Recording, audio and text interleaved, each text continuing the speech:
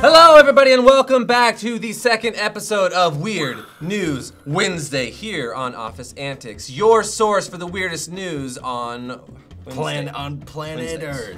On the whole Earth. On the whole Earth. These are the weirdest stories. We have dived deep.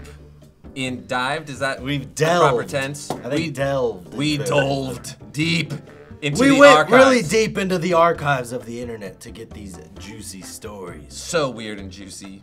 This is a recent study done by Google, and it was pretty funny. What they did was they searched for the most frequently searched word on Google on how to spell correctly for each state. Wait, so they went to Google and they're like, how do you spell this word? And Correct. And that's the word? Per state, Oh, okay. each state had a particular word which they were the worst at spelling.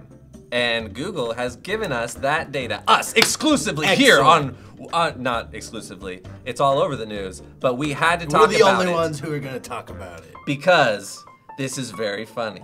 All of you viewers out there from Wisconsin, you have some splaining to do. Because the top search word on how to spell correctly in Wisconsin was, drumroll please, Wisconsin. What? Their No joke. state name? Wisconsin does not know how to spell itself. So if you're out there in Wisconsin, learn up. It's not that hard, man. What do they? W-I... First question, what do they do every time they mail a letter? They just write W-A. In. WA is Washington, we're in Washington. It's probably I don't WI. even know who I am anymore. Well, it's probably because you're from Texas where you didn't know how to spell maintenance. Maintenance. That's probably because we say it maintenance in Texas. How would you spell it? M-A-I-N-T-A. Lost me at the A there, is an E. Is it E? But there's also some really crazy ones from other states, Well, okay? yeah, well- So like New Mexico, banana.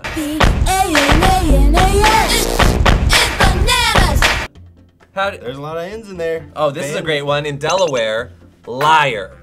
L-I-A-R. Come on, liar. They don't know how That's to not spell even liar. hard. Yeah. What? Layer? Layer. It's like the only thing they could confuse it with, really. Montana can't spell surprise. Big surprise. Oh. Just kidding. Love you, Montana. Washington State is pneumonia.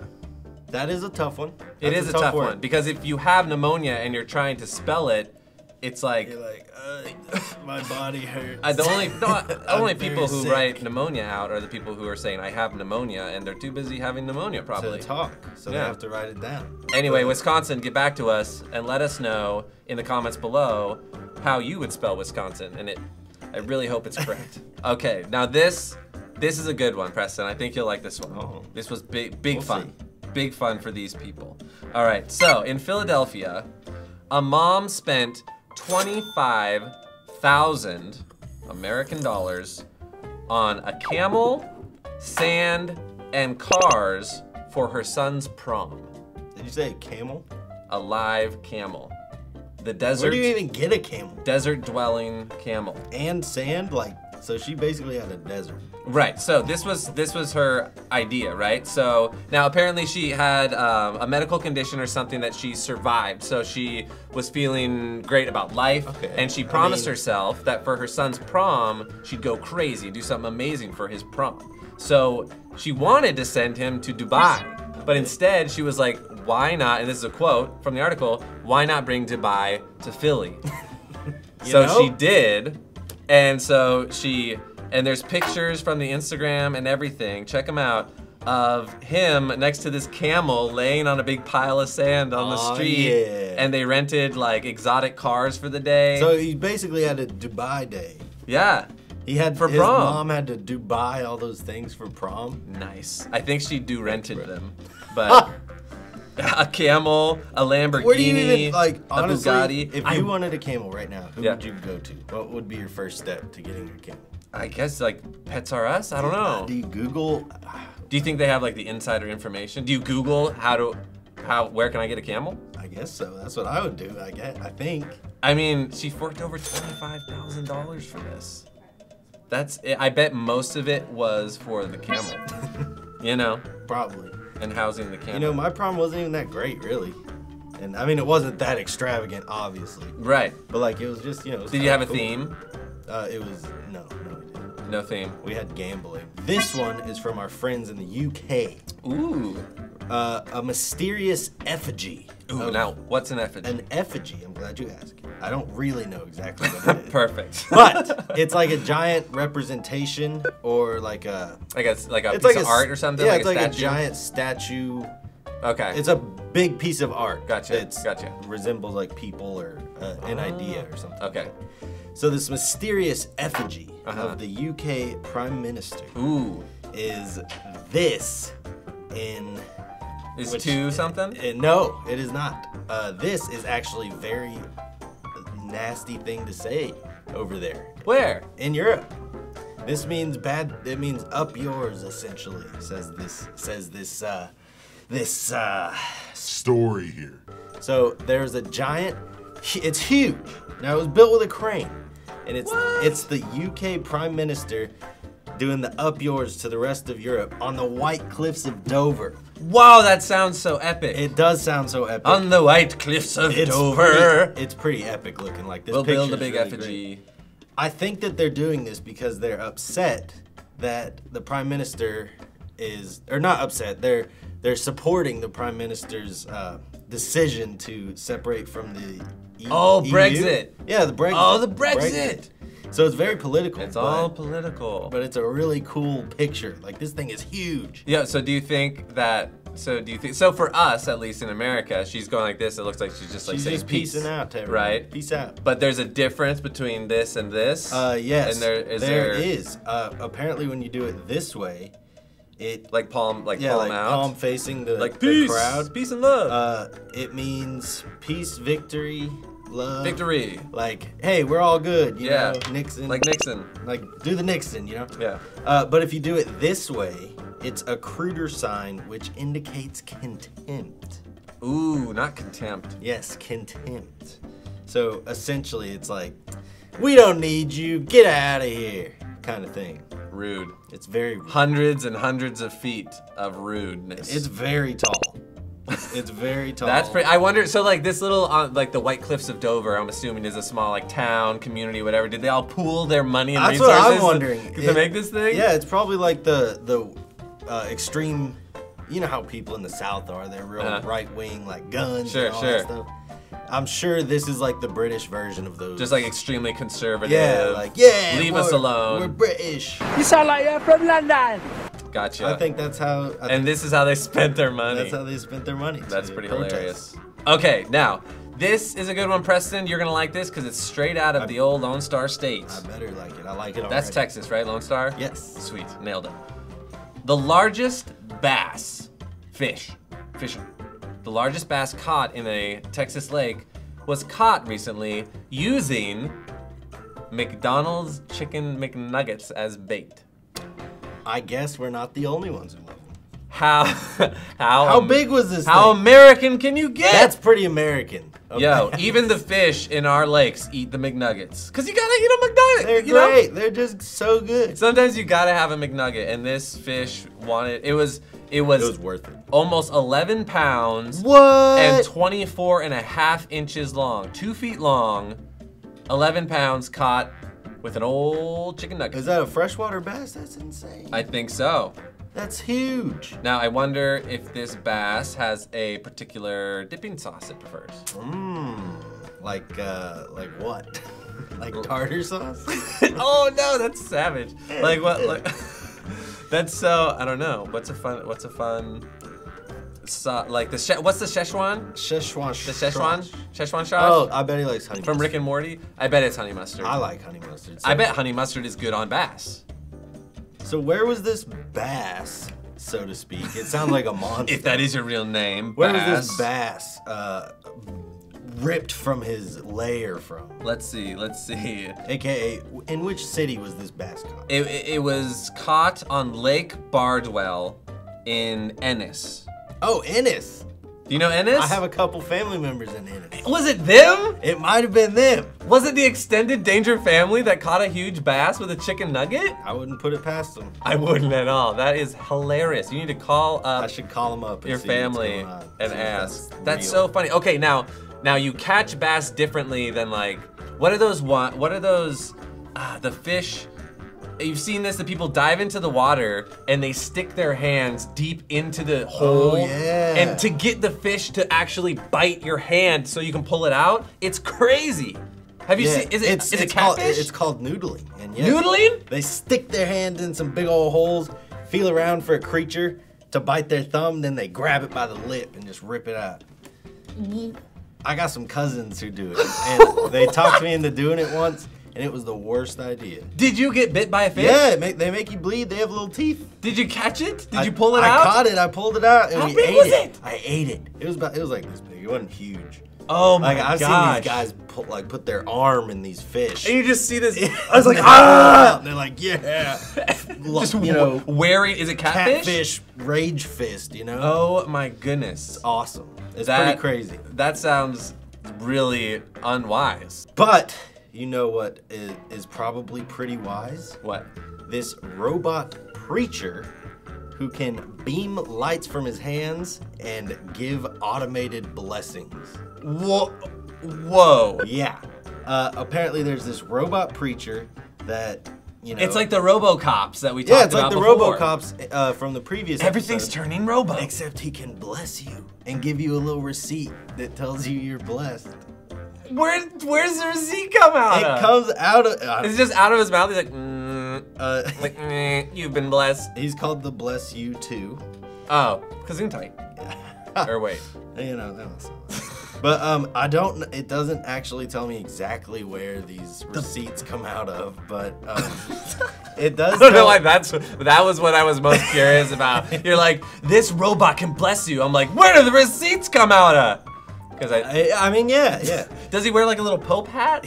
What's he look literally looks like a giant old like computer. You know those big, like from Futurama or the something? big gray computer monitors with like arms and a head, and that's. Oh my god! I gotta look this up. Yeah, I mean it's pretty Robot crazy. preacher. He will print out your blessing that he gave you. What? Which is Okay, pretty crazy. he's got angry eyebrows. Well, I mean he can change his expression. Most, you know, like a real preacher. That is so straight. Like what? What is the thought? The motivation behind this? I'm actually really glad you asked because I just read it. It says the spokesperson said it's an experiment that is supposed to inspire discussion among the people in the church. Okay, and I love a visitor to the church celebrations in Wittenberg said the robot was interesting and courageous, Courageous. even though it lacked the human touch. Well, okay. And I really find it interesting that they called it interesting and courageous. Like, what a brave little toaster. He's so brave. What a brave little robo preacher. All right, hit me with another story. What do you got, Preston? All right, here's a good one for the books. Yeah? You ever been in love with something so much that you just gotta marry it? Did you say something? Yes, I did, because in this story, this woman marries a train station that she has loved for 36 years and has sex with it mentally. True story. Wow. Yes, it appears this woman, her last name is Carol Santa Fe after the Santa Fe train station that she had married. Well, she obviously took its name. Yeah, obviously. She's 45 years old and she's been in love with this train station since she was 9 years old. It's crazy. Preston, I am speechless. Yes. I mean, I was pretty speechless. As far as the, sexual part, Carol says she has sex with the building mentally and identifies herself as an objectum sexual, a person who is sexually attracted to inanimate objects and structures. What?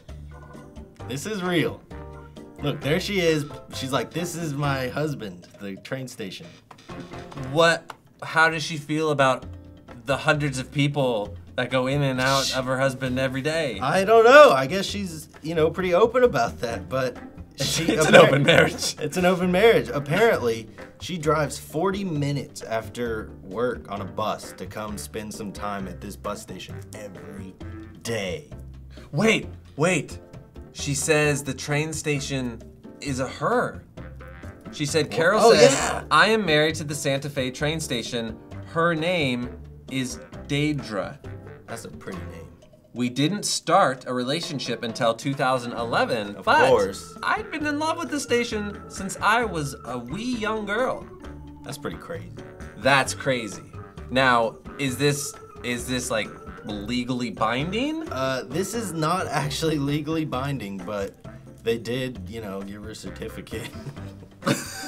Did the robo preacher print her out a receipt? I bet he did. I bet he he was like. Did robo preacher wed her? He and probably the did. train station? I didn't even think about that. Dude. I hope so. I really hope By so. the power vested in my circuits, I now present thee, wife and train station. And then he prints out the little certificate. Here you go. Oh, ooh, she goes to a special corner whenever she wants to make love and just leans on the wall. With her clothes on, it says. With her clothes on. This has been some of the weirdest news I've heard, not just this week, but in a while. Mm-hmm. We have one more bonus story. Just a quick little Bonus weirdness. fun one. Yeah, hit me with that. This is a picture of a man mowing his lawn. Ooh. Here's Yard where work. it gets crazy. There's a tornado going on right behind him. This happened in Canada, Yeah, didn't it? yeah, it did. And I quote, Tornadoes in Canada? and when people ask him why he wasn't scared Yeah. and like running away Yeah, and yeah, stuff, and he quotes, I was keeping an eye on it. So he was mowing, he's like, tornado better not get any closer, I might have to go away. He was keeping an eye on it, that was what he said. I was keeping it when they said, why did you continue Yeah, to they're mow? like, why are you doing And this? he was like, don't worry about it. You know why? Tornadoes in Canada are friendlier than other tornadoes. Ah, So he knew that this tornado it was a good guy. wouldn't bother. He was He's just a good guy. He just wanted to, tornade some stuff. He was just tornadiating He around. was tornadiating. I don't know if you've ever mowed the lawn after it rains, but it's a lot worse than doing it before it rains. So he was trying to get it done He before was the trying to tornado get it- rain yeah. started. That That's makes what- sense. that's what I was thinking. Personally, I would have let the tornado trim my lawn. That's genius. He's just smoking a cigarette, mowing his lawn in shorts. Oh my And there's gosh. a tornado behind. This guy gets cooler every line of this story. That's pretty good. Thank you. And it's kind of sound like a chainsaw. So he's doing that, and they're like, hey, Stan! I don't know. Hey, Stan! His name's Thunis. This guy will not stop getting cooler. Hey, Thunis! Hey, Thunis! What? Here's a tornado right behind you! I know, I'm keeping an eye on it! I'm keeping an eye on it. He keeps putting out my cigarette! That is so funny. That was a gem. I hope at least every week we have one tornado story. Because last week, We had a tornado story last week. it was the young man who proposed to his fiance in front of a tornado because he was quote unquote as in love with her as he was with tornadoes. Which is a little... That was strange, It was strange. and dangerous. It could have been a very, very short engagement. Thank you everybody for watching this episode of Weird News Wednesday here on Office Antics. Thank you very much. We enjoyed giving you these excellent news today. If you like these news stories, don't forget to leave us a comment telling us how much you liked them down below. Check out the links. Also, tweet us some weird stories, and maybe we'll feature your story on our next Weird News Wednesday. Hit that like button. Don't forget to subscribe. Peace out, y'all. See you later.